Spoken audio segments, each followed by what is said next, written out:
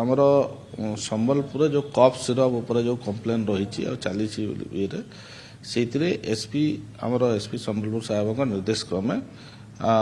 ସବୁ ଆଇସିଙ୍କୁ ନିର୍ଦ୍ଦେଶ ଦିଆହେଇଛି କଫ୍ ସିରପ ଉପରେ କଡ଼ାକଡ଼ି ଭାବରେ କାର୍ଯ୍ୟାନୁଷ୍ଠାନ ଗ୍ରହଣ କରିବା ପାଇଁ ଏବଂ ଆମର ସ୍ପେଶାଲ ସ୍କ୍ୱାଡ୍ ବି ରହିଛି ତାଙ୍କ ଉପରେ ନଜର ରଖିଛନ୍ତି ଏବଂ ସେଇ ଏସ୍ପିଙ୍କ ସାର୍ଙ୍କ ନିର୍ଦ୍ଦେଶ କ୍ରମେ ଆମର ଗୁଡ଼ାଏ ଆମେ ଧରିଛୁ ବି ଏ ରିସେଣ୍ଟଲି ଯେମିତି ବରେଇପାଲିରେ ଆମର ଏବେ 10 ମାସରେ ଧରା ହେଇଥିଲା 5100 ବୋଟଲ ତାର ପୂର୍ବରୁ ଧରା ହେଇଥିଲା 505 ବୋଟଲ 480 ବୋଟଲ ସେଇ ବରେଇପାଲି ଥାନାରେ ଧନୁପାଲି ଥାନାରେ 1440 ବୋଟଲ ଧରା ହେଇଥିଲା ସଦର ଥାନାରେ ଗୋଟେ 10,800 ବୋତଲ ଯୋଉଟା ନୀଲଗିରି ପାଖରୁ ଧରା ହେଇଥିଲା ଏବଂ ସେଥିରେ 3 ମାସରେ ଧରା ହେଇଥିଲା 3 ମାସରେ ଧରା ହେଇଥିଲା ନୀଲଗିରି ଆଉ ସେଥିରେ 29 ଲୋକଙ୍କୁ ଫରୱାର୍ଡ କରାହେଇଥିଲେ ଏବଂ ଆମର ଯୋଉ ଟାଉନ ଥାନାରୁ ଯଦି 400 ଏଇ ଯୋଉ 6 ମାସରେ 4,100 ବୋଟଲ ମଝିରେ 3,000 ବୋଟଲ ଏମିତି ସବୁ ଧରା ହୋଇଛି ଏବଂ ଏବେ କଫ୍ ସିରପରେ ଯେଉଁ ବ୍ରାଉନ୍ ସୁଗର ବି ତାର ଆମର ଖବର ଆସିଥିଲା ଏବଂ ସେଇଟା ଖବର ଆସିଲା ପରେ ବି ଆମେ ପାଖାପାଖି 49 ଲୋକଙ୍କୁ ଆରେଷ୍ଟ କରିକି ବ୍ରାଉନ୍ ସୁଗର କେସ୍ରେ ଫରୱାର୍ଡ କରୁଛୁ ଆମର ଧନୁପାଲି ଟାଉନ ଅଇଠାପାଲି ବରେଇପାଲି ରେଙ୍ଗାଲି ଏଇ ସବୁ ଥାନାରୁ ଆଉ ଗୋଟେ ସଦର ଥାନା ଏସବୁ ଇଏରୁ ବି ଆରେଷ୍ଟ ହେଇକରି ଫରୱାର୍ଡ ହେଉଛନ୍ତି ଏବଂ এটা এসপি সম্বলপুর সারଙ୍କର ନିର୍ଦ୍ଦେଶ ବି ରହିଛି ଏରା କଣ୍ଟିନ୍ୟୁ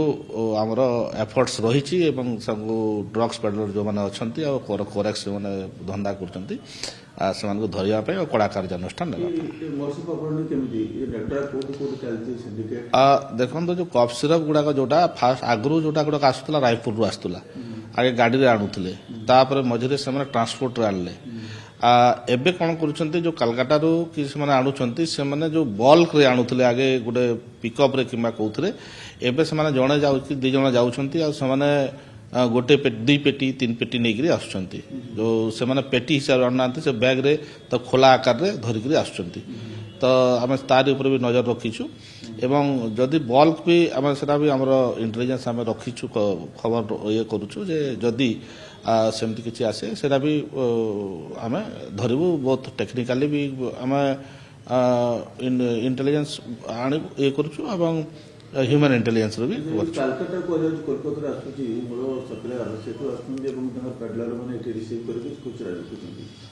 ହଁ ସେଇଟା କାଲକାଟାରୁ ଆସୁଛି ବୋଲି ତ ଯୋଉଟା ଇଏ ଅଛି ଆମେ ଗୁଡ଼ାଏ ଚେଷ୍ଟା କରି ସାରିଛୁ ବି ସେ ଯେଉଁ ମୂଳଟାକୁ ଯିବା ପାଇଁ ଏବଂ ନିଶ୍ଚିତ ଭାବରେ ଦିନେ ନା ଦିନେ ନିଶ୍ଚିତ ଭାବରେ ସେଥିରେ ସକ୍ସିଡ୍ ହେବୁ ଆଉ କରିବୁ ଦେଖନ୍ତୁ ଯେଉଁ ପିଲା ଗୁଡ଼ାକ ରହିଛନ୍ତି ଗୁଡ଼ାଏ ଯେହେତୁ କଫ୍ ସିରପ ପିଇଲା ପରେ କୌଣସି ବାସ୍ନା ହୁଏ ନାହିଁ ସେଥିରେ ଗୁଡ଼ାଏ ଭଲ ଭଲ ଘରର ପିଲା ବି ଅଛନ୍ତି ଲୋକ ଅଛନ୍ତି ମାନେ ଅଧିକା ଦାମ ଦେଇକି ସେଗୁଡ଼ାକ ପିଉଛନ୍ତି ତ ଆମର ଜିଲ୍ଲା ପୋଲିସ ତରଫରୁ ଆମର ସମସ୍ତଙ୍କୁ ପ୍ୟାରେଣ୍ଟସ୍ ମାନଙ୍କୁ ଗାର୍ଡିଆନ୍ ମାନଙ୍କୁ ଟିଚର୍ସ ମାନଙ୍କୁ ସମସ୍ତଙ୍କୁ ଆମର ରିକ୍ୱେଷ୍ଟ ରହିବ କି ସେମାନେ ଟିକେ ପିଲାମାନେ ଯେଉଁ ଏଗୁଡ଼ାକ ଜାଣୁଛନ୍ତି ଯେ ସେମାନେ କଫ୍ ସିରପ କିମ୍ବା ବ୍ରାଉନ୍ ସୁଗର କନଜ୍ୟୁମ୍ କରୁଛନ୍ତି ବୋଲି ତ ଟିକେ ଯେମିତି ସେମାନେ ସେଟା ନ କରିବେ ତା ସେଇଥିପାଇଁ ସେମାନେ ପଦକ୍ଷେପ ନିଅନ୍ତୁ ଏବଂ ସଚେତନତା ସୃଷ୍ଟି କରନ୍ତୁ ତାଙ୍କୁ ଗାଇଡ୍ କରନ୍ତୁ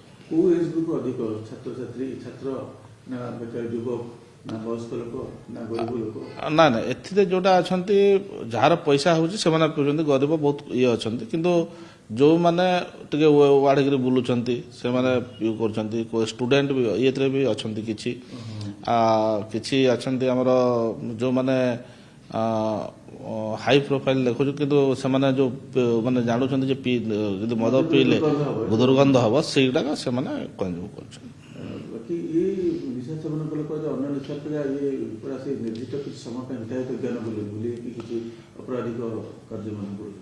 ହଁ ଗୋଟେ ତ ଆମର ହେଇଛି କିନ୍ତୁ ଏମିତି ବିଶେଷ ସେ ତାର ଇଏରେ ନେଇକିରି ଯେଉଁ କଫ୍ ସିରପ କିମ୍ବା ବ୍ରାଉନ୍ ସୁଗର ନେଇକିରି ଏମିତି କ୍ରାଇମ୍ ଏପର୍ଯ୍ୟନ୍ତ ବିଶେଷ ଆମର ଦୃଷ୍ଟିଗୋଚର ହେଇନାହିଁ କିନ୍ତୁ ଆମେ ନିଶ୍ଚିତ ଭାବରେ ସେଟା ସେଇଥିପାଇଁ ଆଲର୍ଟ ବି ଅଛୁ ଏବଂ ଆମେ ଚେଷ୍ଟା ମାନେ ଜିଲ୍ଲା ପୋଲିସ ତରଫରୁ ଏସ୍ପି ସାଙ୍ଗର ନିର୍ଦ୍ଦେଶ କ୍ରମେ ପୁରା ଆମେ ଯେମିତି ପ୍ରିଭେଣ୍ଟ ପୁରା ହେଇପାରିବ ଆମେ ସେଟା ଚେଷ୍ଟା କରୁଛୁ